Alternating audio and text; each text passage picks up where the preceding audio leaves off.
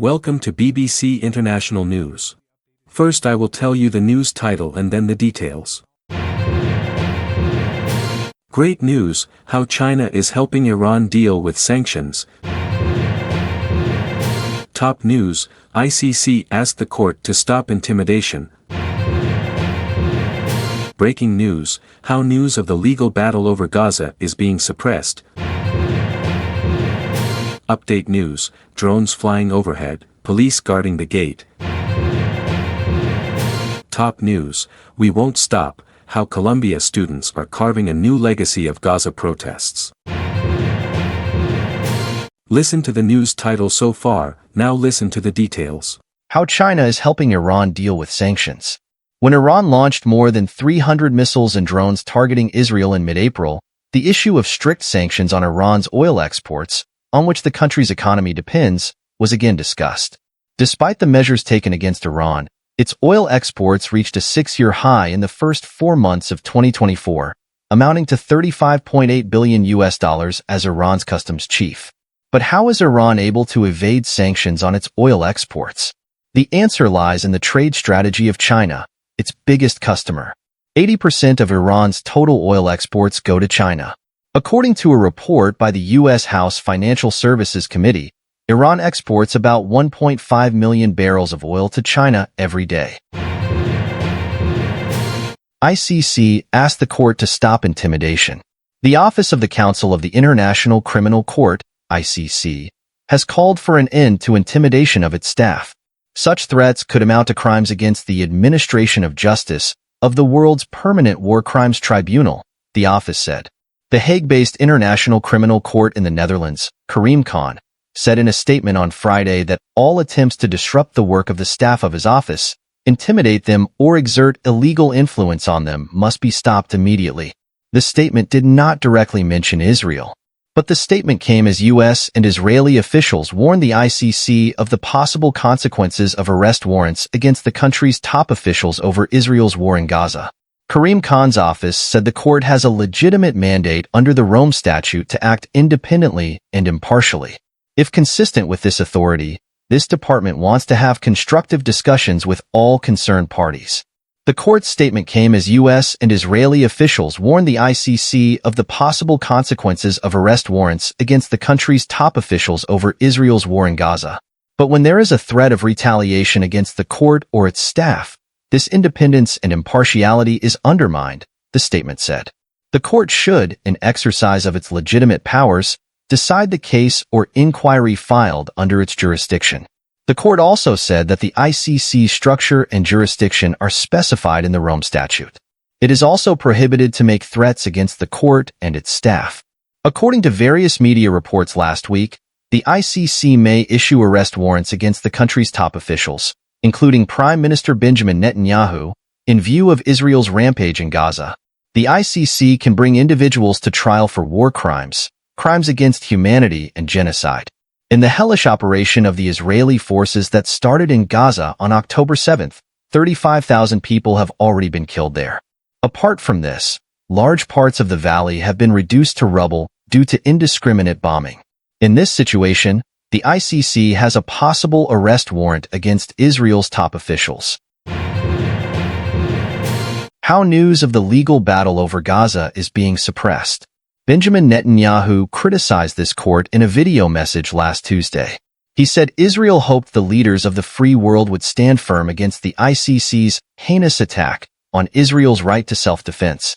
Meanwhile, some lawmakers in Washington have called on President Joe Biden to intervene and thwart any action by the ICC against Israel. Former U.S. President Donald Trump had earlier imposed sanctions against ICC officials. However, in 2021, the current President Biden removed it. Israel and the United States have not ratified the Rome Statute. However, Palestine, a UN permanent observer state, has accepted the jurisdiction of the International Criminal Court. The court is investigating Israeli atrocities in the occupied Palestinian territories.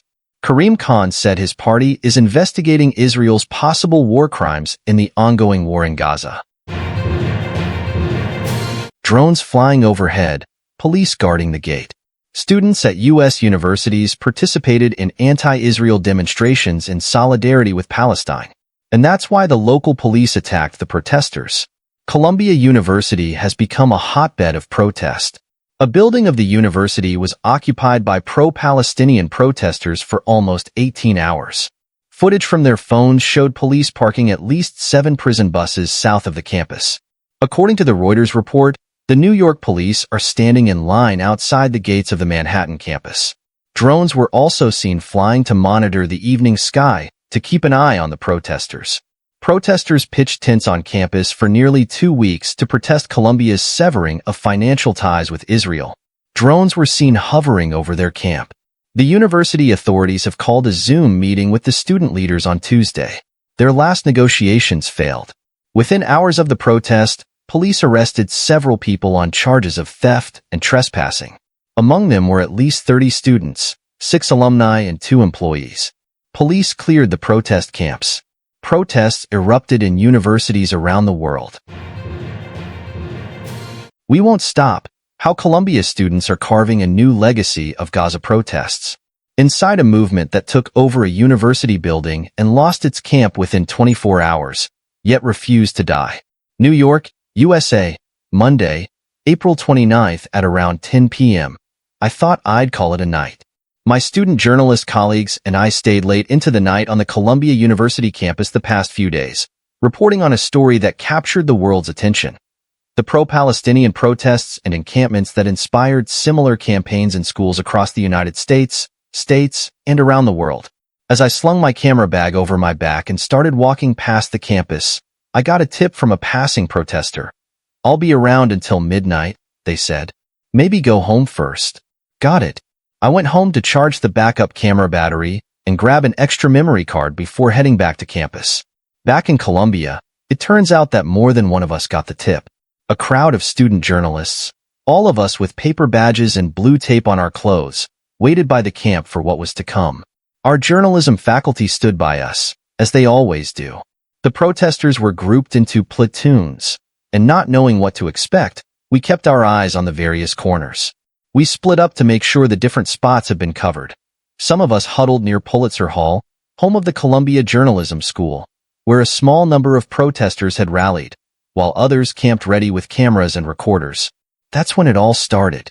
Campers walked from the lawn to their tents. A group started chanting. Another protester sang on the opposite side of the lawn. I was with a small group of reporters who followed the tents to another small lawn. A clever ruse, intended or not. That meant many of us missed the moment, on the opposite side of campus, when the protesters entered Hamilton Hall. As we ran, 10,000 student protesters gathered to link arms outside the building, which their predecessors had occupied in 1968 to protest the Vietnam War and in 1985 to demand the divestment of Columbia from organizations tied to the apartheid South Africa. 2 of my colleagues were in the middle of the scrum, watching 2 counter-protesters against the door try to stop the occupation before being pushed out. Protesters carried metal picnic tables, wooden chairs, trash cans, and planters to the door where they were zip-tied together, effectively creating a barricade.